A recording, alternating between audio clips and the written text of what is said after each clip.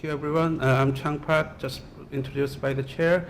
This presentation is a co-work with Dr. Seok-Kyun at KDI, and I'm trying to, basically what I'm trying to do this morning is trying to suggest or propose or whatever, propose a kind of new possibility of new investment facility in microfinance sector in the context of international cooperation between developing and developed countries in the era of global financial crisis.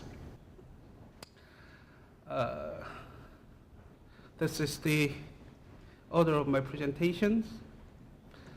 And I don't have to talk about what the microfinance is. We all know what it is. But one thing I'd like to emphasize is that traditionally microfinance, especially in developed countries, has been regarded as a kind of financial tool for the poor in developing countries. But recently, we know that microfinance has been rediscovered as a possibly a useful tool even in developed countries. Many people now believe that microfinance could be a useful means to mitigate income disparity problems and enhance social cohesion even in developed countries. A lot of European countries are paying lots of attention to this aspect of microfinances. And Korean government also picked up this kind of idea and trying to establish a firm ground for the microfinancing from last year, actually. Achievements are remarkable. I mean, just among many, I can cite a few. Nearly 10,000 microfinance institutions in diverse forms are serving more than 80 million people around the world. And according to the mixed market database, in 2008, 1,800 large MFIs around the world are currently making loans worth of 40 billion for 77.4 million per people, those kind of stuff. And there are more than 100 microfinance specialized investment funds managing almost 6.6 billion of assets. It's a big industry now. Still, actually I extracted this quote from the UNDP website. Almost 1 in 5, approximately 1.2 billion, are currently living in a situation of extreme poverty, defined as surviving on the equivalent of less than $1 a day, and half of the people in the world are trying to manage below the poverty level of $2 a day. So there are lots of work we should do, even after the remarkable achievement by the microfinance industry. And as already discussed by Eric and will be discussed later by other presenters, global financial crisis has also some significant impact on microfinance sectors. But the sector showed a remarkable resilience against the shocks from the turmoil in the international financial market. And there are already many assessments are coming out from various institutions around the world on the resilience of microfinance sector against the recent global financial crisis. I mean, the general conclusion would be, in my opinion, that they all show a kind of, they all agree that microfinance sector showed a remarkable resilience. And however, the pace of growth was somewhat slowed, and quality of portfolio deteriorated in a non-negligible manner. For example, the annual growth rate of loan growth according to mixed market database actually was a little bit slowed in 2008. I mean, before the global financial crisis, the growth rate was, spectacular. I mean, in some sense, it's too much, too fast kind of growth. But anyway, compared to the era before, the period before the global financial crisis, the growth rate in 2008 was a little bit slowed, and the most of all, the credit risk was, increased in a significant way. For example, portfolio at risk defined as the proportion of portfolio delayed more than 30 days increased significantly in 2008, according to the mixed market database. Several issues has been emerged as the potential risk factor for the long-term viability of microfinance sector. Actually, the credit risk was a kind of secondary concern to the microfinance sector traditionally, but we've all seen that credit risk has surfaced as one of the most important elements in microfinance institutions' risk management scheme. And I think other presenters will discuss this topic in detail later, so I'll skip this one. And as Eric has already discussed, the liquidity risk has raised some concern, actually. And one thing I'd like to add is that the recent crisis further highlighted the importance of strong institutional foundation in microfinance sector. It is widely appreciated that deposit-taking microfinance institutions fared much better than those heavily depending on outside funding sources. Deposit-taking is intricately involved with depositor protection and strict prudential regulation, which requires strong institutional foundation from MFIs. So a kind of strong institutional foundation, achieving a good reputation and trust from the public would be a crucial factor in maintaining the long-term viability of the microfinance institutions independent of external shocks. MFIs with weaker commercial basis suffered more from the recent crisis due to unstable capital flow. Capacity buildings for those institutions, especially with the second tier and third tier in some cases, qualification should be further emphasized to analyze the realm of microfinance sector in developing countries. This diagram actually I borrowed from the research by Deutsche Bank. Actually, there are a lot of people we all talk about the remarkable achievement of the microfinance sector, especially focusing on tier 1 MFIs. But there are lots of other MFIs below the tier 1 which have not achieved the commercial viability yet. In those, we even don't know how many institutions, how many microfinance institutions below the tier 1 around the world. We can only guess. And even today, there are some microfinance institutions, tier 4 or sometimes tier 5 is growing. So all those institutions are still suffering from a lack of enough funding. But one thing to remember is that the risk involved in those lower tier microfinance institutions are enormous. In some cases, unmeasurable. So it is we should be very cautious in approaching the approaches to the funding for those lower tier microfinance institutions, which I will come back later. The role of public sector is now re-examined as a bastion of long-term viability of the sector. The traditional role expected from the public sector is the functions as the main funder for microfinance sector, and the public sector was quite successful in doing that job, though not completely satisfactorily in lending the market still in the nascent stage. Many commentators even argue that subsidized funding by those kind of public sector actually did harm rather than good to the microfinance sector by crowding out private sector investment and damaging market discipline.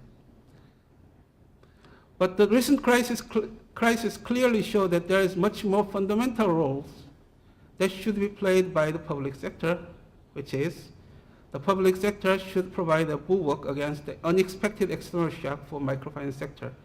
For example, emerging emergency liquidity to institutions with temporary problems, assisting capacity building of microfinance institutions, especially in the area of lower tiers, and promoting MFIs with weaker institutional foundations. So let's go to the issue of funding for MFIs. Those area in yellow, uh, uh, colored in yellow, basically are the funding source from from the international market, and the squares colored in sky blue are basically the domestic funding sources. The international capital flow can be transferred to the microfinance institutions mainly through the microfinance investment fund. Various kinds of investors actually make investment in microfinance investment funds, such as purely commercial institutional investors or socially responsible investors, even in some cases donors, and even the international financial institutions such as IFC established by the World Bank or KfW. And the microfinance investment funds actually make loans and buy debt instrument issued by the microfinance institutions and make equity investment to microfinance institutions. And microfinance institutions also get funds from the local sources, loans from local banks and deposit from domestic depositors. With all those financial resources, microfinance institutions make loans to the micro enterprises. That's a kind of rough scheme through which microfinance institutions fund their own resources and make loans. And I just actually discussed the advantages and problems of all these kind of different investment funding sources. But what I'm trying to do is to emphasize the importance of the domestic funding sources, especially considering the turmoils in international capital market make the microfinance institutions in developing countries raise some difficulties in funding. Deposit has definitely has several advantages. It could be a better service provision to the poor by combining savings and loans. And most of all, it is free from fear of foreign exchange risks, and it is stable and continuous flow of funding source compared to the external sources. Those kind of advantages are enormous, especially if you think about the problems occurred by the recent global financial crisis. But the problem is that issues of deposit protection and strong regulations and those microfinance institutions in developing countries has not achieved yet enough trust from the public. So publics are simply reluctant to put their money on those institutions. So it is hard to expect majority of microfinance institutions to equip with capacity to attract enough deposit in near future, and it should be the ultimate goal of microfinance institutions, especially in developing countries, to make the domestic sources the main source of their funding, in my opinion. And another or indirect route of mobilizing domestic resources could be the loans from the domestic commercial banks. Advantages enormous, also enormous. Basically, pretty much the same with the taking deposits from the domestic public.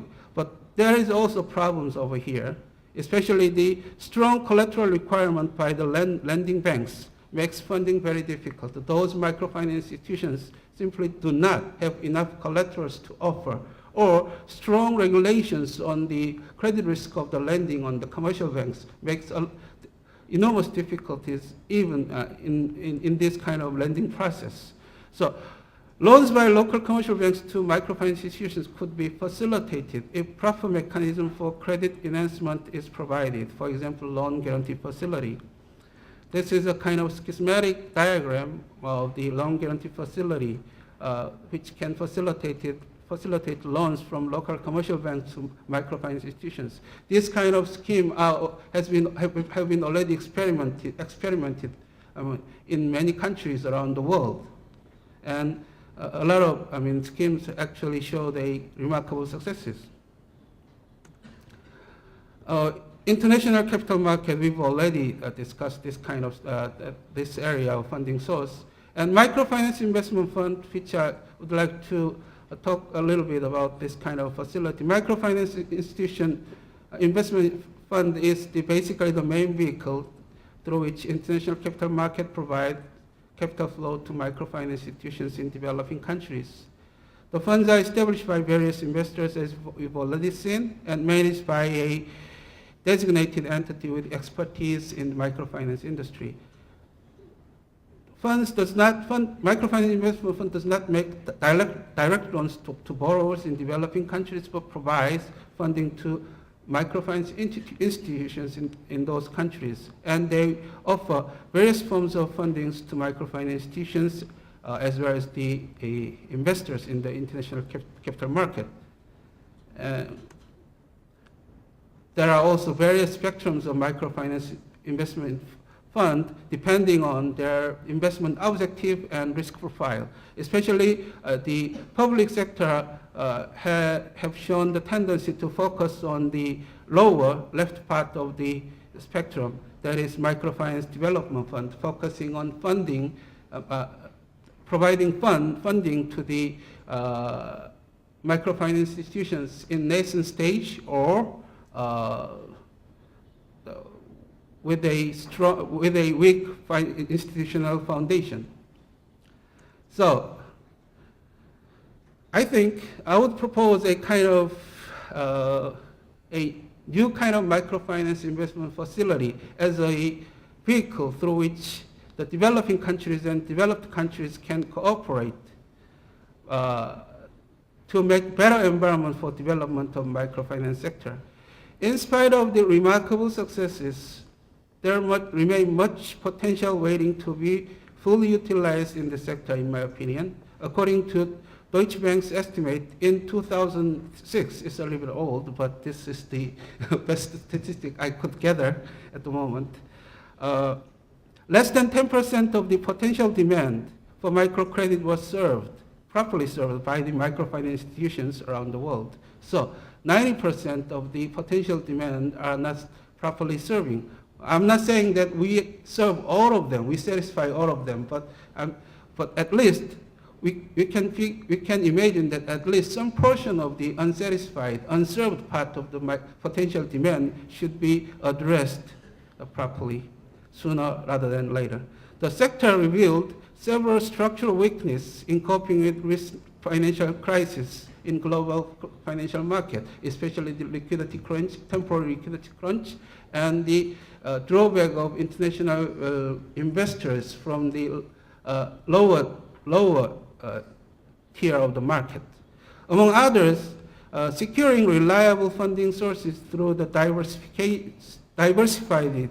diversified sources could contribute to strengthening institutional foundation of microfinance sector.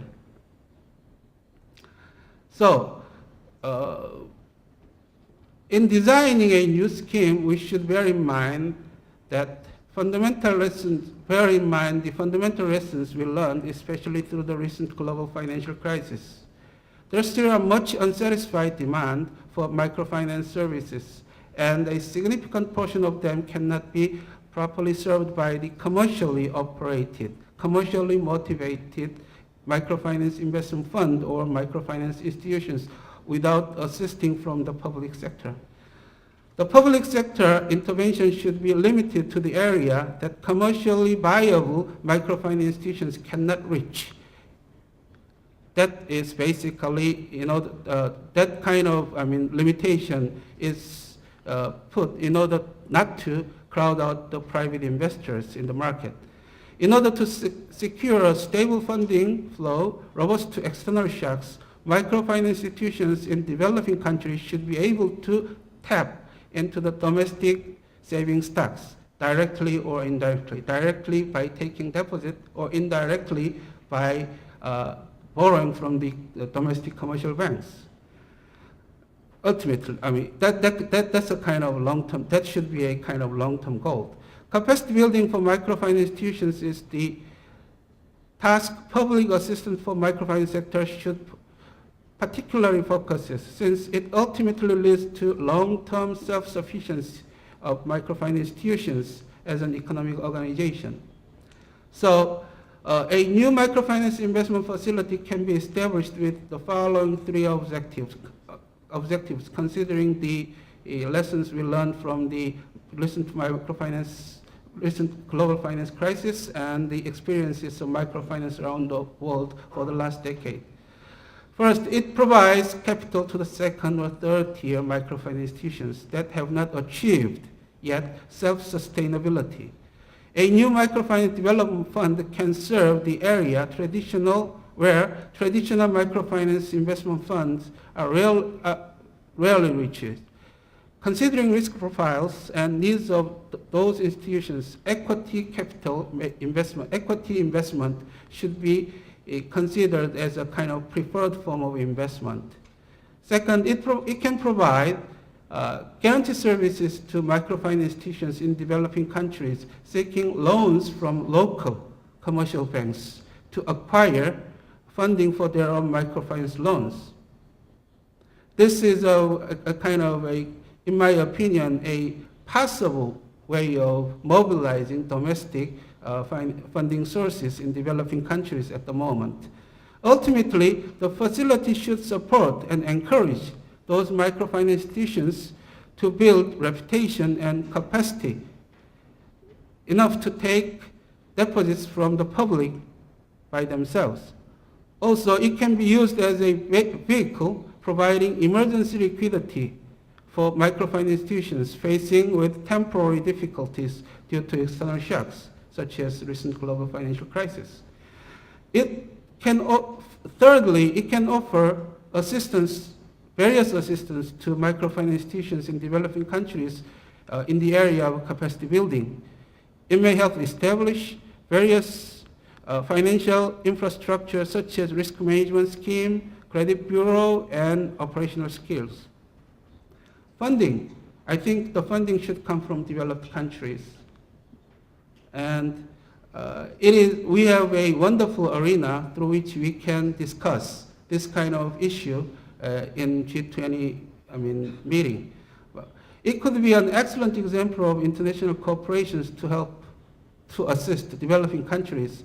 Basically, this is my personal assessment, suffering from the global financial crisis stemming from the developed countries. The facility can take leverages based on the capital pledged by the developed country to maximize its effectiveness. And operation could be done by the professionals. We have lots of professionals who could be doing this job very well. And this is basically the end of my presentation. Thank you.